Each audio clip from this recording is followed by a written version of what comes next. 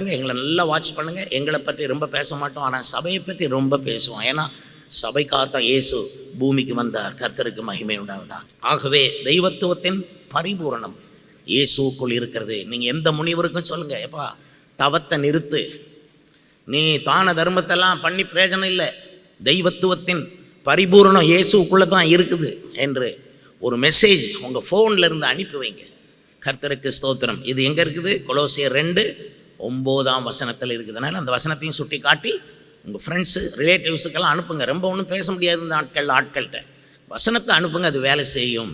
யோவான் எழுதிய சுவிசேஷத்தின் 1ஆம் அதிகாரம் 4ஆம் வசனத்தை வாசித்து பார்ப்பீர்களானால், அவருக்கு உள் ஜீவன் இருந்தது, அந்த ஜீவன் மனுஷருக்கு ஒளியாயிருந்தது. பாருங்க, அந்த பாலகன் கந்தை துணி உடுத்தி அங்கே என்ன டியூப்லைட்டாக கட்டினாங்க, இருட்டு, வெளிச்சம் இல்லை, ஒன்றும் இல்லை. கர்த்தருக்கு ஸ்தோத்திரம்.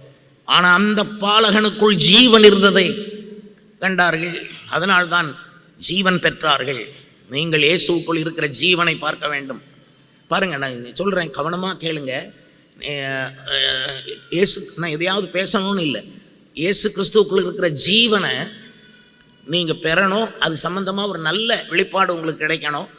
ஏன்னா ஒரு பக்கம் ஜீவ நதி ஓடிக்கிட்டு இருக்குது இயேசுவின் மூலமாக, இன்னொரு பக்கம் மரண நதி ஓடிக்கொண்டு இருக்குது. சரியா? அந்த ஜீவன் மனுஷருக்கு ஒளியாக இருந்தது என்று சொல்லியிருக்கிறதா? அப்போ இயேசுவுக்கு உள்ள ஒளி இருக்குது, அது உங்கள் லைஃபுக்கே போதும். எத்தனை வருஷம் பூமியில் இருப்பீங்களோ அவ்வளோ காலம் நீங்கள் பிரகாசமாக வாழ முடியும். இயேசு கிறிஸ்துவனுடைய ஜீவன் கண்டுபிடித்தீங்களா? கர்த்தருக்கு ஸ்தோத்திரம். கிறிஸ்து எனக்கு ஜீவன் பரிசுத்த பவுல் சொன்னார். அதனால் சாவை பற்றி அவர் பயப்படவில்லை.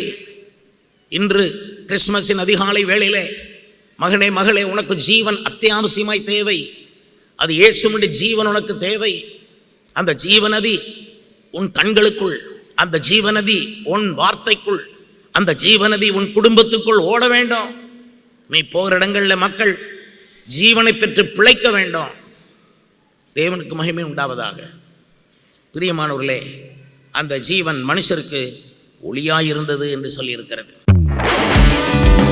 துதியின் கோட்டை ஆலயம் புதிய பேருந்து நிலையம் அருகில், திருநெல்வேலி 620007 தமிழ்நாடு, தென்னிந்தியா. இணையதள முகவரி www.fortopriceministries.org.